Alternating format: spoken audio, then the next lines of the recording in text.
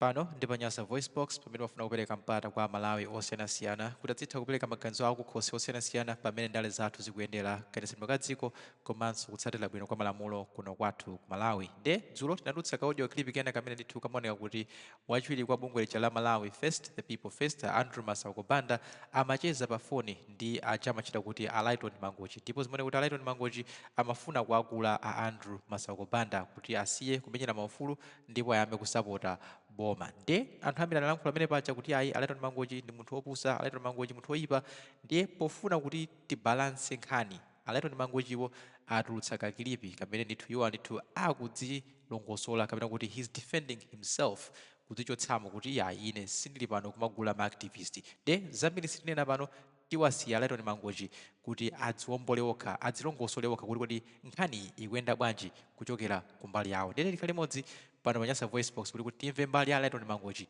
mu nkhani yonseyi imene yatchula kuti Alaiton Mangochi adalandira chithumba kuti asiye kunyoza boma komanso iwo ndithu ali kalikiliki kugula ma activist. Nde likhale limodzi tiwamvera Alaiton Mangochi kuti atiuza zotani pano Panyasa Voice Box.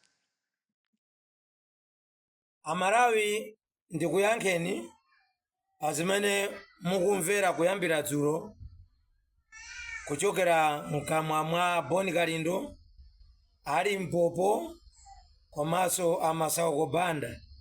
5 days ago Masauko Banda anayimba foni kuti angotha msonkhano wa Mangochi Concerned Citizen kundiyimbira foni kuti ine ndikuvutika, timakambirana nkhani ya Mwansaodi chisankho chija chinalephera cha by election kuti anzangawa akuchita insist kuti chisankho chisachitike, koma ineyo ndikuona kuti chitukuko chikuchedwa ndiye ndimachita push kuti chisankho chichitike.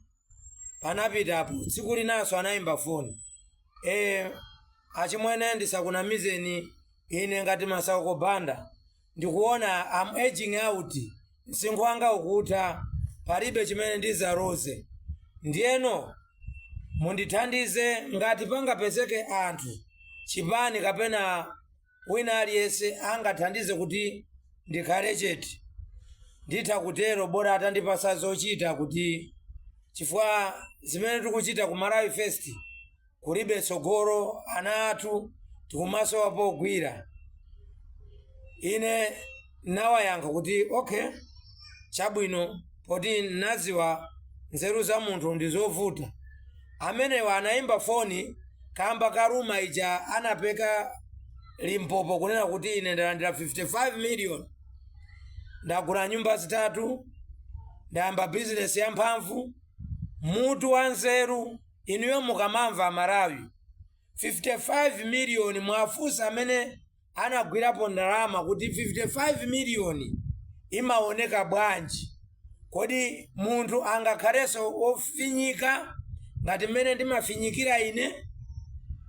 Chifukwa cha mawu amenewo anakomedwa Masauko Banda akunena kuti Boni Kalindo ndi greedy person amene amapanga zakumbali nkumadya yekha.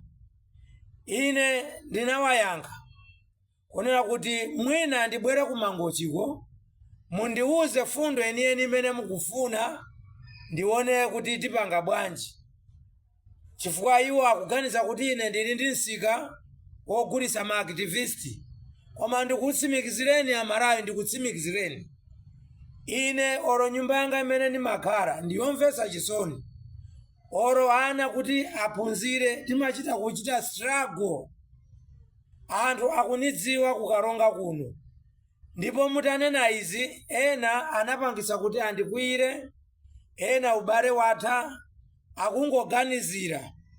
Ndiye ndikuuzeni Amalawi kunena kuti mmutu mwa Boni Kalindo iye akumazitenga shasha. Boni Kalindo si shasha, ndi mwana wang'ono.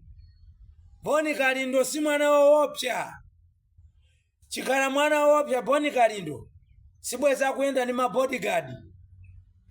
Ine mmene ndilili ngati Alaiton Mangochi ndikukumbutseni Amalawi, ndizosatheka oro mutasintha boma kaya panakakhala DPP kuchokera 2020 kufika lero mtengo wa shuga sunakakhala wa 2020 iyayi, mtengo wa Ufresh sunakakhala wa chaka cha 2020.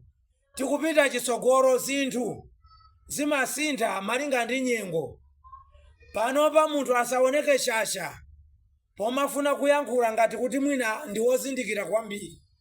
Komanso ndikupempheni Amalawi, uyu amati mtanyiwa uyu chisiru cha ku South Africa ichi chikumazi chauti ati Limpopo FM mugugule, kulibe radio ku South Africa imene inachitidwa register mu SACRA, South African Communication Regulatory Authority, kulibe. Ndi chinthu chimene chisiru chimangotanga foni ndi kumachambulira nyumba mwake nkumanamiza Amalawi kuti ndi Limpopo FM.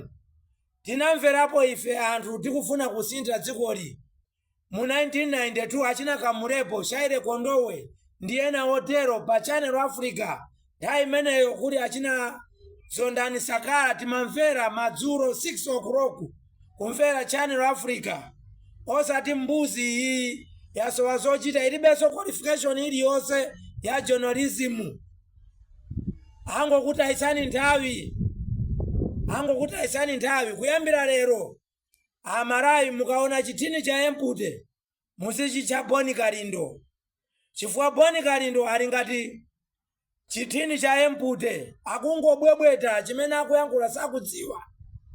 Nthawi zina mukamamvera ma audio ake amazikorakora.